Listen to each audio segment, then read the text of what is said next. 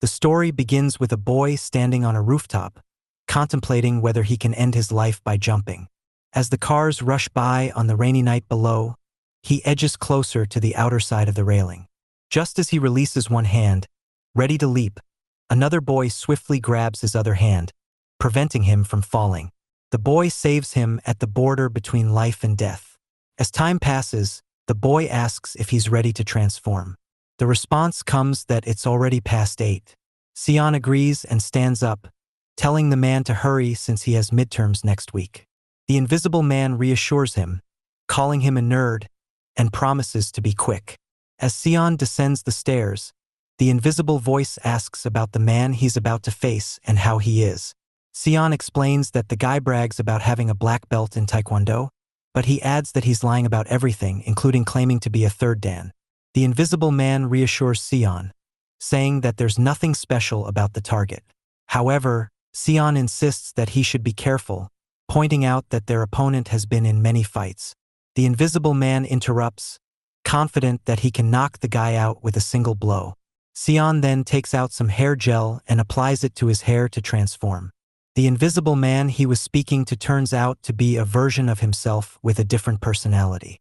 He transforms himself, confident that his day will be good once again.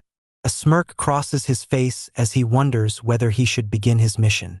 Meanwhile, the man who is about to be Seon's target that night finds it absurd that his name has surfaced on social media. His friend confirms the news, showing him a post from the Wolf account claiming that the next target will be him. Shocked, the man snatches the phone to verify, confirming that it is indeed about him. He hands the phone back to his friend, asking about Wolf's true identity. His friend seems unaware, only knowing that Wolf created his account 3 to 4 months ago under the nickname Wolf. He explains that Wolf uploads a picture of a different gang member each week, followed by proof of their defeat shortly after. While everyone knows about Wolf, no one truly understands who he is. As his friend reveals that Wolf's target the previous week was Jung Il from Sangyong High, he asks if he's familiar with Jung Il. The man targeted for the night is shocked upon hearing the name and asks if his friend is referring to Jung Il Kong. When his friend confirms, he adds that while Jung Il may look like an easy target, he probably isn't. His friend then shows a picture of the injured Jung Il from Wolf's account. The man smirks after confirming that it's really Jung Il. The man sits back, smirking comfortably, commenting that Wolf is just an attention seeker who probably chose the wrong target that night, claiming he could easily knock Wolf out. His moment of confidence is interrupted when another customer laughs loudly in the cafe. Turning around, he spots a man chatting and laughing with a girl. The man, seated with 2 girls at the cafe, is none other than Seon in his second personality. As Seon enjoys his time with the girls, the man targeted for the night stands up, frustrated and jealous.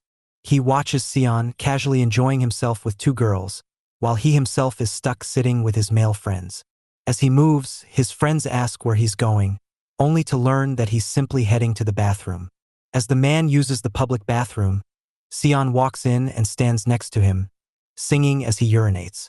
Annoyed by the singing, the man glares at Seon in frustration. In response, Seon casually excuses himself and mentions that one of the women Seon had been talking to is interested in him. As the man asks if the girl is truly interested in him, Seon reassures him, saying that the man is exactly her type. He then asks if the man wants to talk to her. When the man agrees, Seon suggests they head to the parking lot, where he'll tell the girl to meet him shortly. Seon also mentions that he's interested in another girl, but the girl who likes the man kept interrupting their conversation. Eventually, she admitted she had her eyes on him. Seon adds that if the man goes to the parking lot, he'll have the advantage of being alone with the other girl. As the man agrees, Seon leaves, telling him to meet the girl in the parking lot in 30 minutes. 30 minutes later, the man arrives at the parking lot, only to have Seon show up shortly after. The man looks behind, confused, and asks Seon why he's there.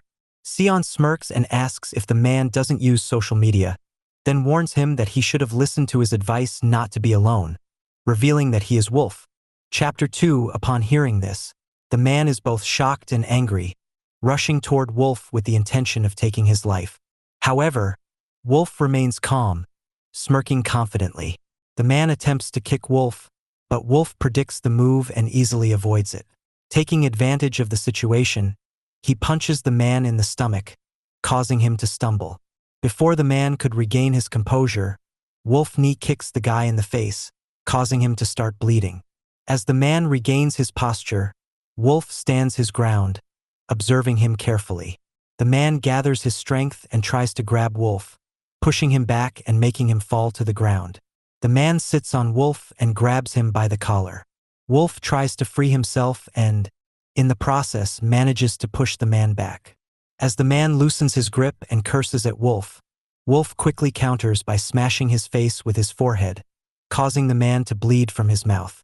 Wolf kicks the man in the shoulder, pushing him back and causing him to fall to the ground. As the man winces in pain, Wolf stands up and approaches him. Grabbing the man's hair, Wolf kicks him in the face and comments that the man is tougher than he expected. He then pulls out a phone and jokes that it's photo time. He takes a picture of the man, who is now unconscious, while playfully telling him to smile. As he takes the photo, Wolf feels a sharp sensation on his forehead, realizing that the earlier encounter caused a small injury. He stands up, thinking that Mr. Nerd, Seon, might not be happy about the injury. Chapter 3. The next morning, Seon wakes up with a dull pain in his head. Sitting up and holding his forehead, he recalls how he had specifically told Wolf not to get hurt. He heads to the mirror and inspects the injury, blaming Wolf for the pain on his forehead. Wincing in discomfort, he thinks to himself that others might find the injury suspicious. Just then, his mother calls him to have breakfast, and he agrees before heading out to school. As Seon arrives at school, he notices that everyone is discussing the recent defeat of a new guy by Wolf, with conversations buzzing all around him.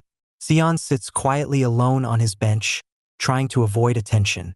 Just then, a guy named Wusik walks up and pats Seon on the head, calling him a loser while asking what he's doing there.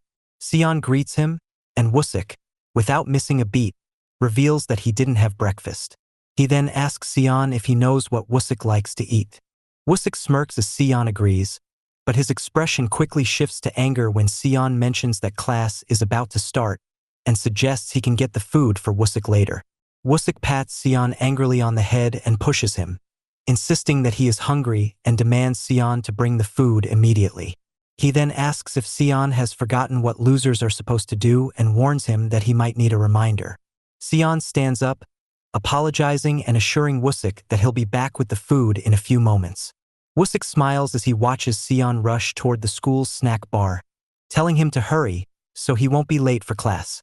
Wusik, frustrated, mutters to himself that Seon might have good grades, but he's actually pretty clueless.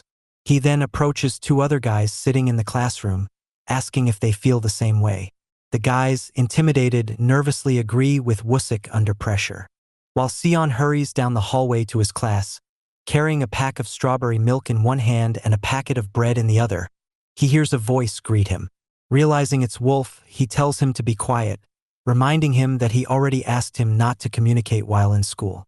Wolf, however, explains that he's annoyed and asks Seon if he should beat up Wusik for him.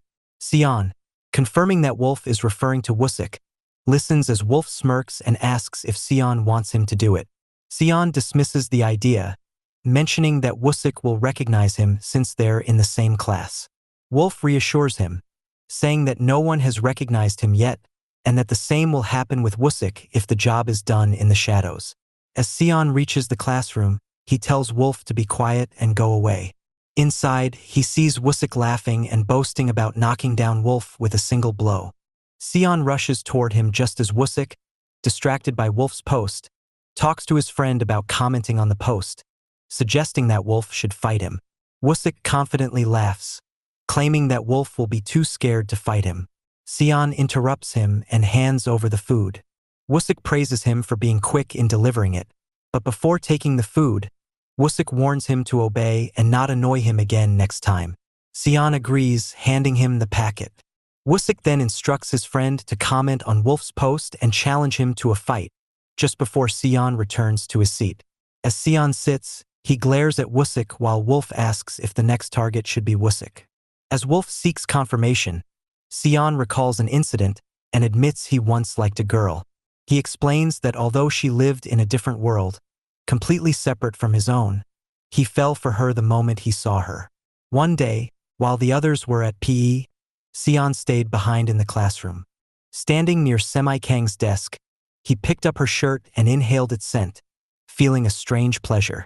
Despite living in the same time and space, they were from different worlds, and he knew it would be impossible for them to ever meet. This realization deepened his feelings, and he began to see her as a goddess. However, before Seon could put the shirt down, the door slammed open, startling him. He turned to find Wusik and his friends standing in the doorway. Wusik entered the classroom, asking what Seon was doing alone. As he noticed while approaching, he questioned whether Seon was hiding a girl's uniform behind his back. Despite Seon's denial, they moved closer, smirking and accusing him of being a pervert who snuck in during PE to smell a girl's bra. One of Wusik's friends pointed out the uniform, identifying it as Semi's. Wusik shot Seon an angry look, demanding confirmation that it was indeed Semi's. Terrified, Seon pleaded with Wusik and his friends to stop. Moments later, all the students entered the classroom and began discussing Seon as Wusik shared the news with everyone. Semi glared at Seon, who was naked and blindfolded with a tie and being teased by Wusik and his friends. Embarrassed, Seon cried silently as Wusik continued taking his pictures and made jokes on him. Wusik then paused, turned to Semi, and asked what they should do next, mentioning that Seon had been looking through Semi's clothes while everyone was out for PE. Chapter 4. As Seon trembled in fear and embarrassment, Semi looked at him and commanded Wusik to stop. Wusik glanced at Semi in surprise and awkwardly explained that they had seen Seon handling Semi's clothes in class. Semi slammed the desk, stood up, and demanded Wusik stop again, her anger evident. She locked eyes with Wusik, who was intimidated by her glare. Semi, feeling upset, told them to leave. Wusik, frustrated, stood up and clicked his tongue before turning to his friends, instructing them to follow him. As they left the room, Wusik pushed Seon, who was still blindfolded, causing him to stumble and fall. As Seon tried to regain his composure and remove his blindfold, he found Semi standing right beside him. As he stopped crying and looked at Semi, who was staring at him, he began apologizing. Seon stuttered, unsure of what to say, as Semi calmly handed him her underwear. She whispered to him that she used it and that he should hold on to it. Semi then stood up and left the classroom, leaving Seon deep in thought. Moments later, unable to resist his urges, Seon goes to the school bathroom with Semi's underwear. After he finishes and sees what he has done, shame and regret overwhelm him. He hits his head against the wall repeatedly, crying and calling himself worthless. As he sits down in regret, he feels lost and wonders if his life has any meaning or if he will ever find a reason to keep going. The scene shifts to the present night, where Wolf is fighting a high school gang member. The impact of the punch while fighting sends the guy crashing into a nearby bin. Wolf orders him to get up, stating that the fight wouldn't be entertaining if it ended too quickly. Grabbing the guy by the collar, Wolf smirks as the injured opponent, his mouth full of blood from a broken tooth, pleads for a pause. The guy, having earlier boasted about being a better fighter, now admits his defeat. However, Wolf coldly replies that he isn't ready to stop, continuing to punch the guy. A crowd of onlookers begins to gather, watching the escalating fight. As Wolf continues to strike the guy, he suddenly pauses when he overhears two people in the crowd wondering if they should intervene, fearing he might seriously hurt the other person. Wolf drops the guy and turns toward the crowd, demanding to know who had suggested stopping him. The two individuals, realizing they were the ones being overheard, start nervously glancing around, too intimidated to speak up. When no one answers, Wolf declares firmly that no one in the world can tell him what to do. He looks up at the sky and shouts that he will never back down from anyone who challenges him. Wolf begins to leave the area, aggressively commanding the crowd to move aside and let him pass. As he walks away, two guys standing at a distance notice him and comment that he'll soon learn a lesson for standing out too much. One asks his friend if he should confront Wolf, but the friend advises against it, saying Wolf will be taught a lesson soon enough regardless. As Wolf continues walking, he starts pushing the air, lost in thoughts of Seon. He shouts for Wusik to be brought to him, and everyone around stares at him in confusion.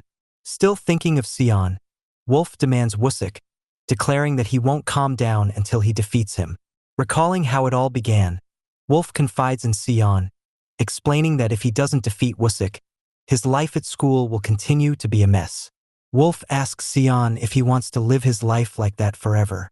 Seon grows upset as Wolf urges him to stop dwelling on it and defeat Wusik.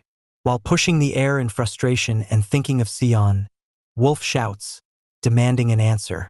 The people around him stare at him in confusion. As Seon hesitantly agrees, Wolf becomes pleased and responds that he needed to hear it from Seon. He reassures him that this is the only way they'll get through life, adding that there's no reason to live if it's not the path they choose. Chapter 5. In a dimly lit warehouse, a crowd is cheering wildly for a fighter named Demon, who is facing off against an opponent. The opponent, with blood on his mouth, shouts in frustration and charges at Demon. Demon skillfully dodges the attack and counters with a punch to his opponent's neck. As the opponent tries to gather his strength and swings angrily, he finds that Demon easily avoids his every move. From the first-floor balcony, two spectators watch the fight. One of them, clearly bored, yawns and comments to his friend Kevin that Demon's comeback is far less exciting than expected. He pulls out his phone and starts scrolling through social media, where he comes across a post from someone named Wolf. Curious, he asks Kevin if there are any new challengers recently. Meanwhile, Demon continues to block his opponent's attacks. The opponent, growing increasingly desperate, declares that his next punch will be impossible to block and rushes at Demon. However, Demon effortlessly dodges the blow and delivers a powerful punch to his opponent's face, sending him to the ground. The bored spectator, now energized, cheers loudly and points out to Kevin that Wolf has a new target this week. Kevin, intrigued but skeptical, asks why his friend Rion seems so interested in Wolf, adding that Wolf is just an ordinary high schooler. Rion smirks and casually replies that there's no particular reason, but admits he hasn't seen anyone as crazy as Wolf. He hints that there's something about Wolf he wants to figure out. As the match concludes, the referee announces Demon as the winner of that night's pounding club fight, and the crowd erupts in applause. The next day at Seon's school, Wusik practices boxing with his friend, who holds his palms out as targets, smirking playfully. As Wusik demonstrates how to take down an opponent, he suddenly punches his friend in the stomach and advises him to aim for the body during a fight. His friend groans in pain, complaining about the unexpected hit. Wusik just shrugs, explaining that he did it on purpose because practicing without real impact doesn't feel realistic. Frustrated, he complains that he can't train properly this way. Then, with a sly grin, Wusik turns towards Seon and comments that their class conveniently has a human punching bag. He calls out to Seon, ordering him to come over. Seon hesitates for a moment and turns to confirm if they're talking to him. Wusik nods and explains that he's feeling stressed and needs to throw some punches to blow off steam. He asks Seon with a mocking tone if he'd be happy to help him relieve his stress. Seon awkwardly stands up, reluctantly agreeing, knowing full well that refusing Wusik isn't an option. Before Seon can approach Wusik, one of Wusik's gang members rushes in from the hallway, opening the door and shouting his name. Wusik turns around at the sound, seeing his friend panting and leaning against the door. Wusik asks what's wrong, and his friend shows him his phone, pointing to the screen. He reveals that Wolf has uploaded a new post, announcing that Wusik will be his next target. Chapter 6. As Wusik looks at the photo closely, he becomes angry, wondering if Wolf is out of his mind. His friend agrees, pointing out that Wolf had updated Wusik's picture and name the previous day, revealing that Wusik is now the next target. Wusik scans the comments, seeing people excited about the idea of him getting beaten up. He smirks awkwardly, trying to hide his fear. Wusik claims that it's a good thing and adds that it's a great opportunity to show everyone who he really is. However, Semi suddenly shouts in frustration, telling Wusik to be quiet. Wusik, startled, turns to see her standing up and glaring at him.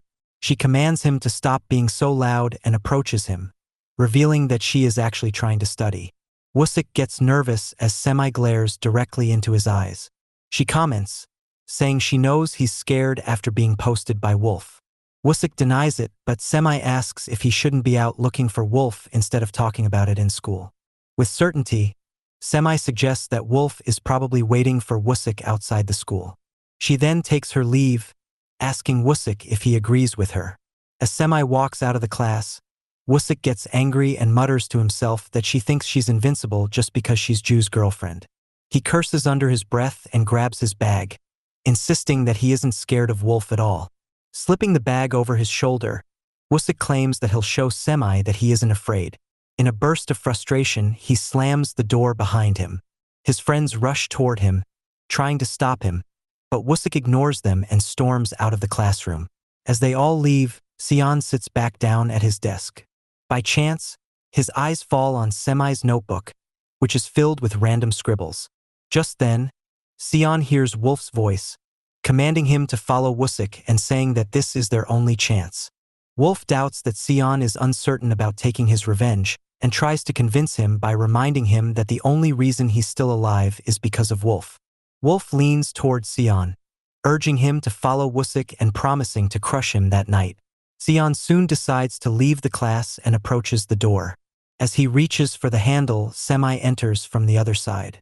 Seeing her, Seon feels awkward and looks down at the floor. When Seon tries to leave, Semi stops him and asks if he can teach her some math later. Seon, nervously, asks if she's referring to him, and Semi confirms. Seon asks again if she's really going to study math, and Semi leans forward, angrily asking if a girl like her isn't qualified to study. Seon awkwardly disagrees, quickly clarifying that he didn't mean it that way. Semi starts to leave, still angry, telling him to forget what she said. As Seon watches her leave, Wolf's voice commands him again to go and follow Wusik. Hearing Wolf's voice, Seon flinches. Wolf asks if Seon really wants to teach Semi math, and Seon stutters while denying it. Wolf tells him to forget about it and follow Wusik, promising to put an end to everything that night. Chapter 7. While Wusik is wandering the streets, searching for Wolf, he glances at people walking by but finds nothing but disappointment, unaware of Wolf's appearance. As he continues walking, he suddenly hears a voice saying that they've found him. Wusik stops in his tracks, hearing someone else say that they never thought they would find him. He turns around and sees his friends fighting with each other. He feels a sense of relief, realizing that it wasn't Wolf who had addressed him. As his friends continue to argue, Wusik becomes angry and orders them to stop fighting on the street. In a fit of frustration, he grabs one of his friend's collars, just as Rion, who happens to be passing by, catches their attention. As Rion wonders if they're fighting, he looks at Wusik, who angrily pushes his friend away, causing them to flee. Rion takes out his phone and realizes that it's the same guy who was posted by Wolf. He casually slurps his drink, smirking as he notices it's Wusik. Wusik starts to walk away, but then Rion notices a boy wearing a mask, looking around as if searching for someone. He gets excited, thinking it might be Wolf. He decides to follow, finding the situation interesting and playfully wondering if he has time to grab popcorn before the fight starts. As Wolf gets too close to Wusik, Seon advises him to keep a safe distance to avoid being caught. However, Wolf isn't interested in mercy and replies that he doesn't care if Wusik loses his life that day. Wolf continues to follow Wusik, and Seon warns him to turn down a nearby lane, pointing out that it's a narrow pathway with no crowd, unlike the busy street they're currently walking on. He doubts that Wusik might recognize Wolf during the fight, but Wolf ignores Seon's advice and dashes toward Wusik from behind. Rion, watching from a distance, is shocked. He thought that Wolf only fought face-to-face. As Wolf quickly approaches Wusik, Seon orders him to stop. But Wolf, remembering past incidents with Seon, calls out to Wusik. Just as Wusik looks back at Wolf, he kicks him in the back, causing Wusik to stumble and crash into a bench outside a restaurant. Chapter 8. Watching this, Rion is shocked and wonders what is wrong with Wolf. As Wusik tries to get up, confused about who kicked him, Wolf kicks him in the face, causing him to bleed. Wusik curses at Wolf, but Wolf places his foot on Wusik's face and starts kicking him. Wusik tries to crawl away, shouting for help, but Wolf rushes toward him and forcefully kicks him in the face, causing him to slip. Wolf angrily glares at Wusik, removes his mask, and curses before sitting on top of Wusik. As he sits on Wusik, who is lying on the ground, Wolf pulls his hair back, causing Wusik to cry out in pain. Wolf begins punching Wusik in the face, intending to take his life. While Wolf continues mercilessly punching Wusik, the crowd begins taking out their phones to record the incident. Seon notices and advises Wolf to put his mask back on, realizing that the crowd has started filming. However, Wolf ignores Seon and keeps punching Wusik. As Rion watches Wolf grab a chair and angrily throw it at Wusik, he becomes furious. Seon advises Wolf to stop, but Wolf ignores him and angrily looks around for more objects to use against Wusik. Spotting a bench, Wolf approaches it, grabs it, and lifts it above his head. Just as he prepares to smash the bench down on Wusik, Rion appears out of nowhere and kicks the bench away, leaving Wolf in shock. Wolf angrily glares at Rion and demands to know who he is. Rion casually explains that he got upset watching Wolf attack Wusik from behind. He adds that he got angry seeing Wolf continue to hurt a guy who is already unconscious. Rion glares at Wolf, asking if he intends to take Wusik's life. Wolf, unhinged and furious, claims that he does intend to take Wusik's life and warns Rion that he will lose his own life too if he tries to stop him. However, Rion remains unafraid and tells Wolf that he's different from what he thought. He explains that he initially saw Wolf as a fighter, but now realizes that Wolf is just crazy, not a true fighter. Rion turns around and begins to walk away, stating that Wolf can do whatever he wants because he doesn't care at all. Before leaving the area, he encounters a guy from the crowd who is filming the incident and advises him to call the police instead of recording the video, warning that Wusik might actually lose his life. Wolf suddenly turns to Rion and charges at him, angrily ordering him to stop. Rion looks back at Wolf, who is attempting to punch him. He easily dodges the punch and counters with a hit to Wolf's stomach. He doesn't stop there and lands another punch to the side of Wolf's stomach. As Wolf grunts in pain, Rion prepares to punch him in the chin but stops. He advises Wolf to choose his opponents more wisely next time, warning him that he won't let him off the hook next time. Wolf becomes enraged as Rion reveals that what Wolf is doing isn't a game. He adds that there are real games out there, far more dangerous, and Wolf isn't aware of them. As Rion starts walking away, Wolf falls to the ground and angrily commands him to stop. He yells at Rion, trying to catch his attention. Rion glances back at Wolf and is shocked to see him still struggling to get up after being beaten. Despite his difficulty standing, Wolf continuously demands that Rion stop. Chapter 9. Soon enough, Wolf falls to the ground, exhausted and unable to continue fighting. Rion sighs in relief, watching as Wolf gives up. The next day, Seon goes to school despite the pain in his stomach from last night's fight. As he walks through the school gate, he clutches his stomach, realizing that the pain is too intense for him to bear. When he reaches the classroom, he overhears his classmates talking about the incident from the previous night. As he listens to students murmuring about the leaked video, he is shocked to learn that the fight between Wusik and Wolf was already made public. Seon pulls out his phone to check and stares at the screen, confirming that it is indeed the video of Wusik and Wolf's fight. He plays the video and is shocked to see how Wolf attacked Wusik from behind. As he scrolls through the comments, Seon is stunned by the amount of hate directed at Wolf. The students continue discussing the video, and Seon soon overhears that the matter has been reported to the police. Seon soon calms himself down, telling himself that there's nothing to worry about since no one will recognize him, considering how poor the video quality was. However, even though he created his account using an email from a foreign website, he still feels a bit scared. He reassures himself, thinking that everything will be fine as long as they don't recognize him. He glances behind him in the classroom and sees the students still discussing the incident. Feeling uneasy, he quickly turns his head forward. Moments later, the teacher announces that Wusik has been hospitalized due to an unfortunate incident that occurred the previous night. Although the incident took place outside the school, the teacher explains that it is still the school's responsibility to take care of its students. He adds that the police investigation is underway and asks the students to come forward with any information about the person Wusik met yesterday. He requests that anyone who knows the identity of the attacker share it privately.